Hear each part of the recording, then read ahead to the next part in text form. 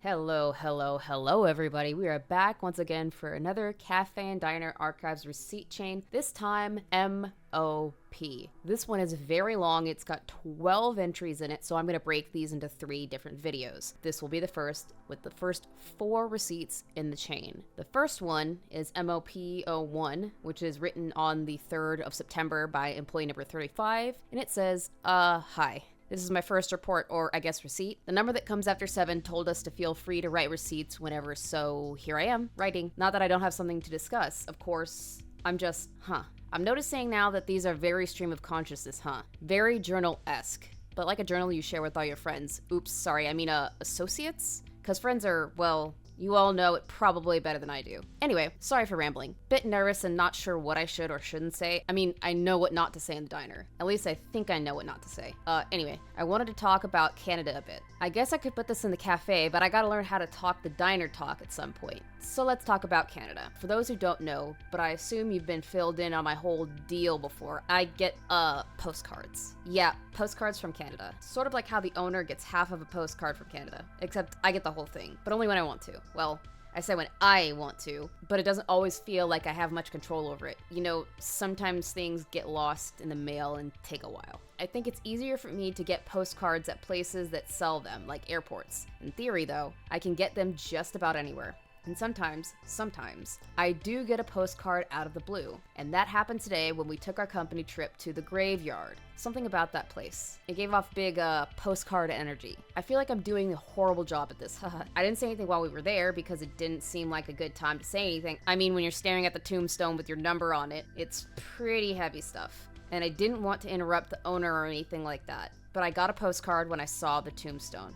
It was a postcard of somewhere very bright and sunny in Ottawa. Unfortunately, that's all I really know about it. Oh, and there were a lot of feathers in the postcard. I'm not totally sure I know what that means, but from what 44 tells me, it's probably something you'd be likely to see at 1 o'clock. If that makes sense. If it'd be okay, and if you think it's a good idea, maybe I should go back to the graveyard with my camera to see if I can get a better picture of a new postcard. I figured I'd ask before going on my own because there are obviously some heavy memories tied up there for you guys, and I don't want to be disrespectful. Plus, with what the owner said today about how dangerous it is to serve coffee and all that, well, I want to make sure I'm not doing something that could get me in trouble, you know? Well, I hope this was an okay first receipt. Sorry it doesn't, explain as much as yours usually do, but practice makes perfect. I like this. This is like a brief introduction to who 35 is. We've seen this particular person throughout the other receipts, but now we're actually seeing them as they come in and grow and seeing their character flourish. On to CMOP02. This one is pass-coded, and the password hint is a cat that always grins at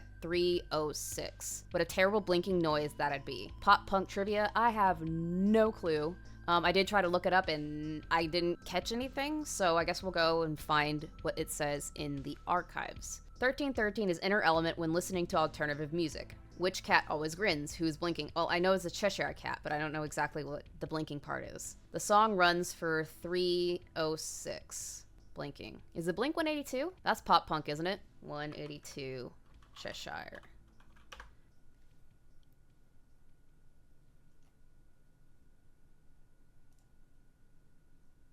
Okay, so something about 3:06?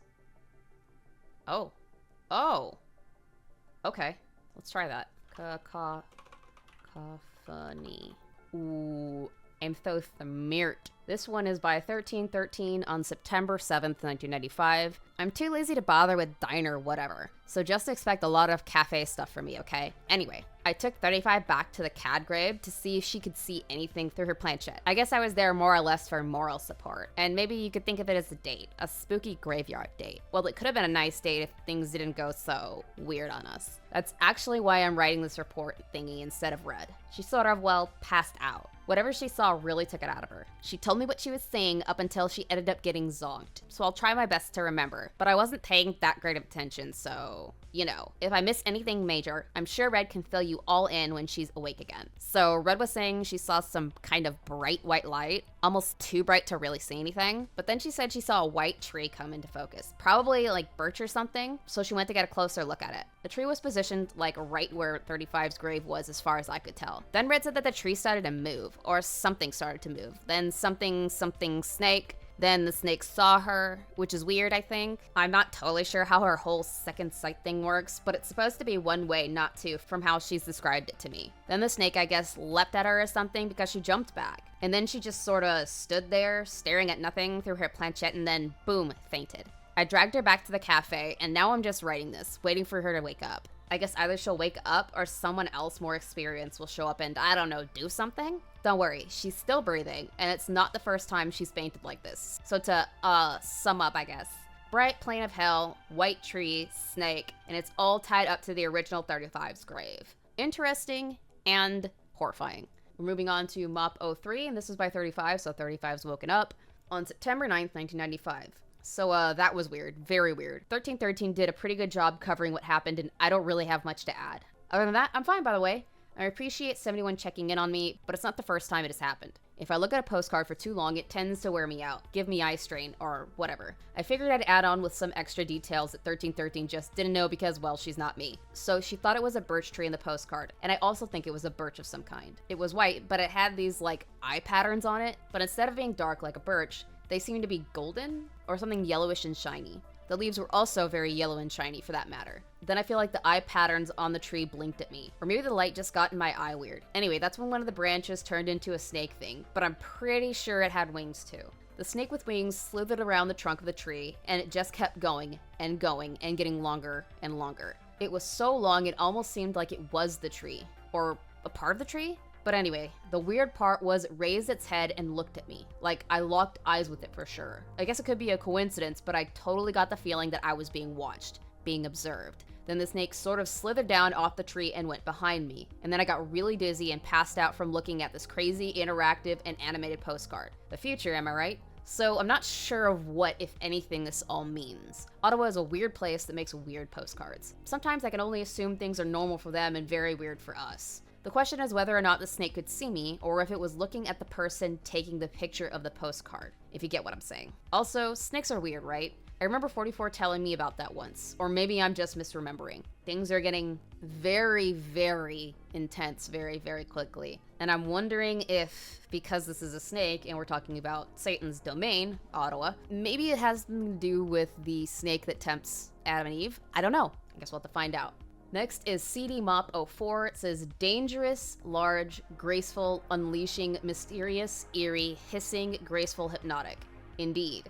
Gracefully gliding or interweaving yet zigzagging snake. It's a cipher, and it's 2 words. No idea. Number the letters in snake in alphabetical order. First letter of all other words. I don't understand ciphers. Move up. So I'm just gonna Dracaena trifastica. I don't understand ciphers. Those are going to be heck and a half for me. Alrighty, we're in. So this one was posted by number 26 on the 10th of September 1995, and it says, Chell just stopped by. He wanted to warn me about Jenny, our new 35. For now, I'm just sending this report out to the original employees. Nothing against the new kids, but I don't want to freak them out or anything, you know? And I'm not planning on CCing Jay. He'll find it eventually, but I just want to speak to you guys for right now. Anyway, dudes, let's get into it, yeah? So we all know what happened with the whole, you know, last year. No need to pick at those scabs right now. But something stranger has been happening in the other side. And I don't mean the whole Padre and Long Beach thing. It seems Sarah is hanging around in Morningstar. Or, well, her kids are at least. There's been an amphipter slithering around. I think his name is Hermes or something along those lines. I know for sure he's one of Sarah's favorite serpents. When Jenny burnt herself out the other day, she thought Hermes looked at her, but he was looking at Chell. This isn't to say that Hermes wasn't trying to look for Jenny, though. It seems that the serpents have taken particular interest in her, and I can only assume it's due to her natural second sight powers. From what I know and what Chell's told me, second sight, in general, is a power under the domain of Sarah. Due to the nature of space-time, it's basically the power to see very far into the future. Now, I'm no dummy, and I doubt the rest of you are either. Our boss has some weird connection to Sarah. In fairness, it wouldn't be the only Prince of Hell he has a weird connection to, yeah? But during the whole thing, the thing we aren't really supposed to talk about too much, the, you know, Indigo operations, he seemed to know more about Sarah than he did about Lucy. You don't think that's why they broke up, do you? You know, Lucy finds out he's dating her sister. Can you imagine? No point in speculating on Jay's love affairs, at least not in a place you might see it. What I do find interesting and maybe concerning is how our Sarah seems to be slithering about and trying to get her tail around 35. I don't know if we can really do much to protect her, but I don't want her to, you know, like the last one, Chell would take it up with Lucy, but she's not really taking requests at the moment. We just need to keep an eye out for snakes around the cafe, especially amphitheaters. Although I assume Hermes would hide his wings if he came flipside. Oh my. That's a really bad implication, and I can definitely see how it can be since we get a glimpse into what happens later with 35 in earlier receipts that we've covered. So I'm very excited to see what the rest of MOP has to offer for us. And I'll see you in the next video to cover the next 4 of 12 receipts. Until then, sweet nightmares.